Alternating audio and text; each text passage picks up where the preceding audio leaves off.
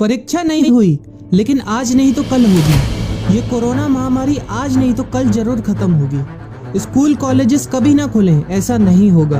अभ्यास करते रहोगे तो कोई पछतावा नहीं होगा। कोरोना महामारी के चलते इस समय स्कूल और कॉलेजेस बंद पड़े हैं, जिसके चलते विद्यार्थियों में पढ़ाई के प्रति लापरवाही देखी जा रही है। इसी को देखते हुए मुंबई के एक स्कूल में हमारे पुराणों में लिखित एक कहानी सुनाई गई और विद्यार्थियों को इस कहानी के जरिए एक मैसेज दिया गया, एक सलाह दी गई। कहानी ये थी कि एक बार भगवान इंद्र किसानों से नाराज हो गए और उन्होंने घोषणा कर दी कि 12 साल तक बारिश नहीं होगी, आप फसलों को नहीं उगा पाएंगे। भगवान इंद्र से किसानों ने विनम्रता पूर्वक विनती की। किसानों की विनती को देखते हुए इंद्र ने बड़ी चालाकी से बारिश न होने का सारा श्रेय भगवान शिव के ऊपर डाल दिया और कहा कि बारिश तभी संभव है जब भगवान शिव अपना डमरू बजाएंगे। लेकिन इंद्रदेव भगवान शिव के साथ पहले ही गुप्त रूप से चर्चा कर चुके थे और उनसे किसानों के साथ सहमत नहीं होने के लिए भी अनुरोध कर चुके थे। जब किसान भगवान शिव के पास बारिश के लिए विनती करने के लिए गए तो उन्होंने भी कह दिया कि बारिश तभी होगी जब मैं 12 साल बाद अपना डमरू बजाऊंगा।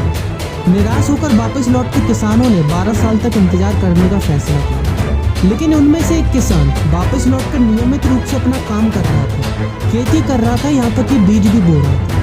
अन्य किसानों ने ये देखकर उस किसान का मजाक उड़ाना चालू कर दिया। कुछ किसानों ने उससे पूछा भी कि आप अपना समय और ऊर्जा क्यों बर्बाद कर रहे हैं, जबकि आप जानते हैं कि 12 साल तक बारिश नहीं होने वाली। उस किसान ने जवाब दिया कि मुझे पता है कि बारिश के बिना मेरी फसल नहीं आएगी, लेकिन मैं ये सब केवल अभ्यास के रूप में कर रहा हूँ। 12 साल बाद मैं फसलों को उगाने और खेतों में काम करने की प्रतिक्रिया को भूल जाऊंगा। शरीर की काम करने की आदत छूट जाएगी और शरीर आलस का शिकार हो जाएगा।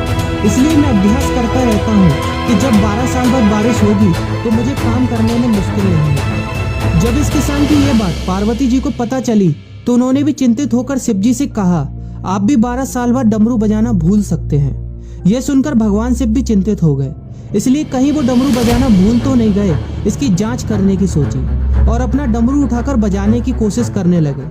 कोशिश करते हुए जैसे ही डमरू से आवाज आई वैसी बारिश होने लगी और जो किसान नियमित रूप से अपना काम कर रहा था उस किसान का खेत फसलों से हरा भरा हो गया। लेकिन बाकी सभी बारिश का इंतजार करते किसानों को पछतावा हुआ, क्योंकि उन्होंने अभ्यास करना भी छोड़ दिया था। इसी तरह 2 सप्ताह बाद, 2 महीने बाद या 2 साल बाद लॉकडाउन समाप्त हो जाएगा। कोरोना महामारी भी खत्म हो जाएगी। इसे घूरने या इस महामारी के खत्म होने तक का इंतजार करने से बेहतर है कि आप जिस कक्षा में हैं या जिस अगली कक्षा में जाने वाले हैं उसका अध्ययन करें। पुस्तकों का अध्ययन करके अपने कौशल को तेज करें। आपके पास जो ज्ञान है उसे और बढ़ाएं। इस समय का इस्तेमाल करें और ये सोचें कि आप और भी बेहतर कैसे कर सकते हैं, क्योंकि डमरू कभी भी बच सकता है। इसलिए अभ्यास करते रहें। अभ्यास ही गुणवत्ता का सार है। अभ्यास ही है जो आपको किसी भी क्षेत्र में पूर्ण बनाता है। अगर आप अपनी पढ़ाई के प्रति लापरवाही छोड़कर अभ्यास करते रहेंगे तो जब काम करने का समय आएगा, जब भी परीक्षा देने का समय आएगा, तो आप हर चुनौती और अपने हर क्वेश्चन का जवाब देने के लिए तैयार रहें।